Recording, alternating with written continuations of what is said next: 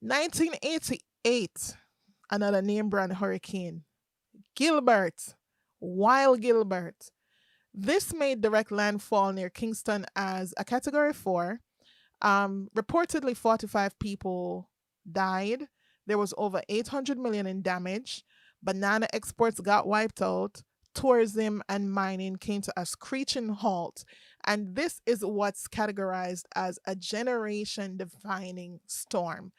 This hurricane affected our musical culture with songs being made, and it definitely affected our construction culture, and modifications were made to our building code and just how people in general approached hurricanes, because we'd had a long lull.